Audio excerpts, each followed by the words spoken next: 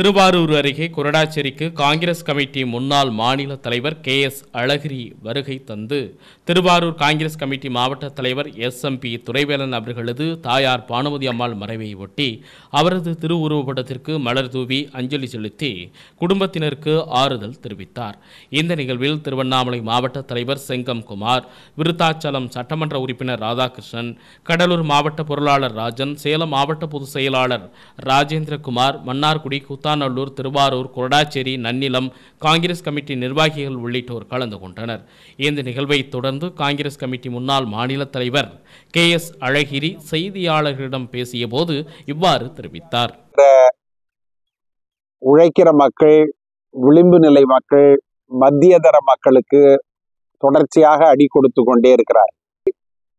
இந்திரா காந்தி எதற்காக வங்கிகளை தேசியமயமாக்கினாரோ அதற்கு நேர் எதிரான ஒரு செயலை மோடி அரசாங்கம் செய்திருக்கிறார்கள்.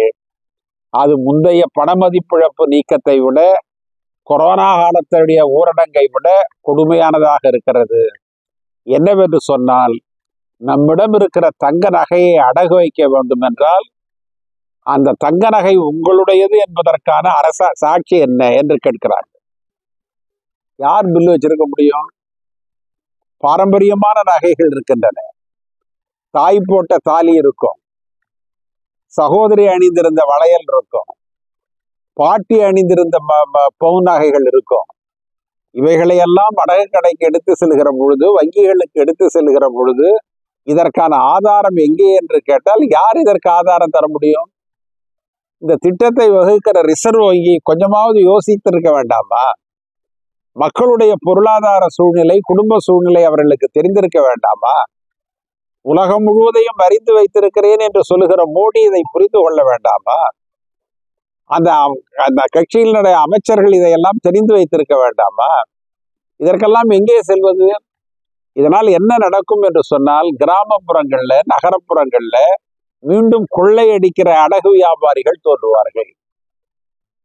அதற்கு முன்பு நிலங்களை நாம் இழந்தோம், நகைகளை நாம் இழந்தோம். யாருக்கிட்டன்னு சொன்னா, இந்த மாதிரி அடகு வைக்கிறவங்க கிட்டதான் நாம இழந்தோம், அடகு பிடிக்கிறவங்க கிட்ட. அதனாலதான் இந்திரா காந்தி என்ன செய்தார் என்றால், வங்கிகளை தேசிய உடைமையாக்கி எளிய மக்களை வங்கிகளுக்கு செல்ல வைத்தார். அது ஒரு பெரிய சோஷலிச நடவடிக்கை. கோடிக்கணக்கான மக்கள் அதனால் பலனடைந்தார்கள். எனவே இதனை உடனடியாக மோடி அரசாங்கம் அதிலிருந்து விடுதலை தர வேண்டும், அந்த சட்டத்தை திரும்ப பெற வேண்டும் என்று காங்கிரஸ் கட்சியின் சார்பாக நாங்கள் கேட்டுக்கொள்கிறோம். தமிழகத்தை பொறுத்தவரை எல்லாமே நீதிமன்றத்திற்கு சென்றுதான் பெற வேண்டியிருக்கிறது. இந்தியாவினுடைய நாடாளுமன்றமும் சட்டமன்றமும் தான் அரசமைப்பு சட்டத்தை பிரதிபலிக்கிற ஒரு அமைப்பாக இருக்கிறது. மக்கள் மன்றம், மக்கள் தேர்ந்தெடுத்த பிரதிநிதிகள் ஒரு சட்டத்தை அங்கே கொண்டு வருகிறார்கள். ஆனால் அதை நடைமுறைப்படுத்துவதற்கு ஆளுநர் தடையாக இருக்கிறார். இதை அறிந்த உச்சநீதிமன்றம் அந்த தடையை நீக்கியது. ஆளுநருக்கு அரசமைப்பு சட்டத்தில் அந்த அதிகாரம் இல்லை என்று சொன்னது. ஆளுநருக்கு இல்லாத அதிகாரத்தை அவர் நடைமுறைப்படுத்தக்கூடாது என்று உச்சநீதிமன்றம் சொன்னது. அது தமிழகத்திற்கு மட்டுமல்ல, இந்தியாவிற்கே ஒரு சிறந்த எடுத்துக்காட்டான ஒரு தீர்ப்பாகும். முதலமைச்சர் வேந்தராக ஆகக்கூடிய ஒரு வாய்ப்பை அது கொடுத்தது. ஆனா இன்னைக்கு இவர்கள் என்ன செய்கிறார்கள் என்றால், சட்டத்தினுடைய சந்து பொந்துகளில், இடுக்குகளில் நுழைந்து உச்சநீதிமன்றத்தினுடைய அந்த உயரிய தீர்ப்பை முறியடிக்க மீண்டும் அவர்கள் முயற்சிக்கிறார்கள். இது நாட்டில் ஒரு மிகப்பெரிய வெறுப்பு அலையை உருவாக்கும். மாநில அரசுகள் இயங்காத ஒரு சூழ்நிலையை உருவாக்கும். மக்களால் தேர்ந்தெடுக்கப்பட்டிருக்கிற மாநில அரசுகள் வீழ்ந்து போனால், செயலிழந்து போனால் இந்த தேசத்தை யாரால் நடத்த முடியும்? மத்திய அரசு மட்டும் நடத்திட முடியுமா? இது ஒன்றியம் தானே, கூட்டாட்சி முறை தானே, பெடரல் செட்டப் தானே. அரசியல் சட்டத்தை இயற்றியவர்கள் மத்திய அரசும் மாநில அரசும் சம அதிகாரம் உடையது என்றுதான் இயற்றினார்கள். இதெல்லாம் ஒரு உறுப்பு. நீங்க உயர்ந்தவரோ மற்றவர்கள் தாழ்ந்தவர்களோ கிடையாது. பிரதமருக்கு மிக அதிக அதிகாரம், முதலமைச்சருக்கு குறைந்த அதிகாரம் என்பதெல்லாம் கிடையாது.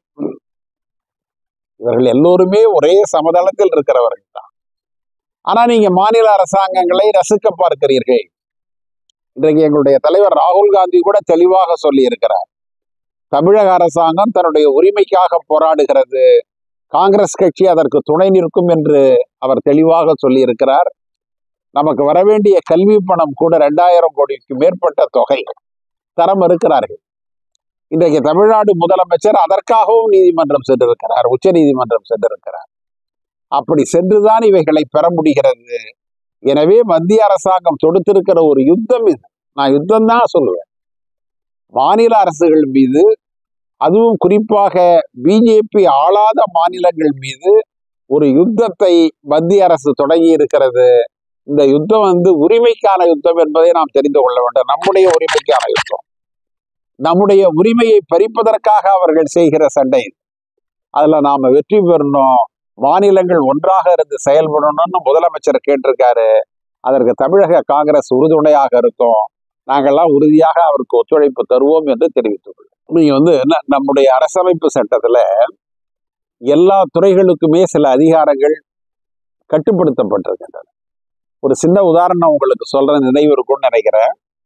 5 ஆண்டுகளுக்கு முன்பு கல்கத்தாவில் சிட்டி போலீஸ் கமிஷனருக்கு எதிராக இதே மாதிரி இடி போய், சிபிஐ இடி இவர்கள் எல்லாம் போய் தொடர்ச்சியாக அவருக்கு எதிராக சோதனை செய்தார்கள்.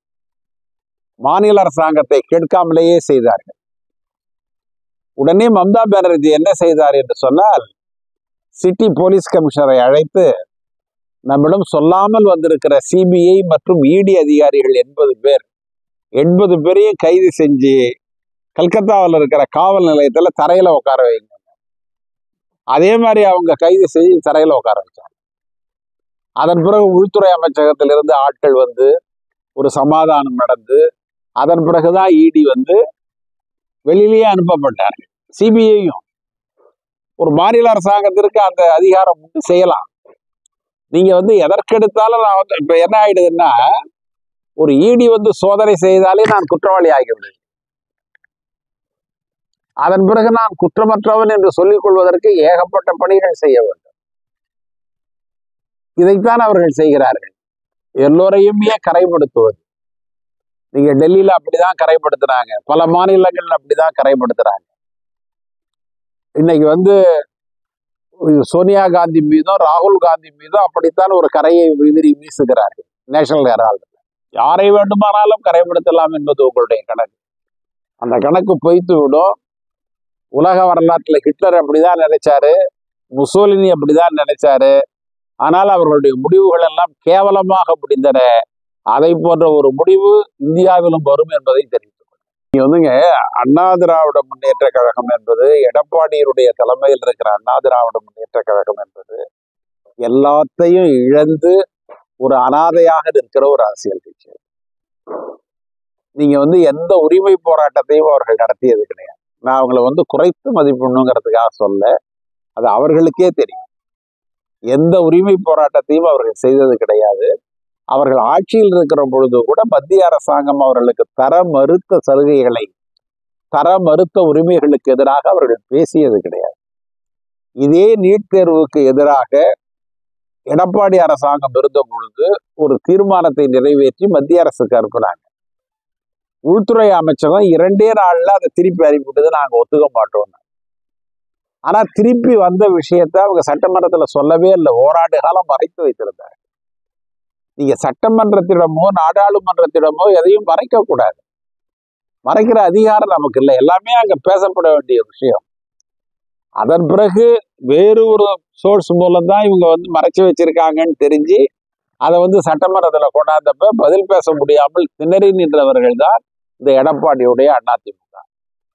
எனவே அவங்க போய் மோடியத்தெல்லாம் கேள்வி கேட்டுருவாங்க, மத்திய அரசு எடுத்து கேள்வி கேட்டுருவாங்கன்னு சொல்ல முடியாது. நாங்க பாரதிய ஜனதாவோட கூட்டு சேர மாட்டோம்னு சொல்லிக்கிட்டே இருந்தவர் திடீர்னு உரிமை கூட்டு சேர்ந்துட்டாரு. அதுக்கு எதுக்கு அதை சொல்லுவாரு? சொல்லியிருக்க வேண்டாமே. ஆரம்பத்துல இருந்தே இல்ல நாங்களும் பாரதிய ஜனதாவும் முன்பே கூட்டணியில இருந்தோம், இப்பொழுது இருப்போம்னு சொல்றதா ஏதோ அதுலயாவது ஒரு நேர்மை இருந்திருக்கும். ஒரு நேர்மையே இல்லாத, ஒரு மனசாட்சியே இல்லாத, பேராண்மை இல்லாத ஒரு இயக்கமாக அந்த இயக்கத்தை அவர்கள் நடத்துகிறார்கள். அது எம்ஜிஆர் இருந்தப்ப வேற இயக்கம், ஜெயலலிதா இருந்தப்ப வேற இயக்கம். அதற்கு இடையாக இவர்களால் செயல்பட முடியல. அதனால அவங்க இடத்துல நீங்க எதையும் பேராண்மை எதிர்பார்க்காது.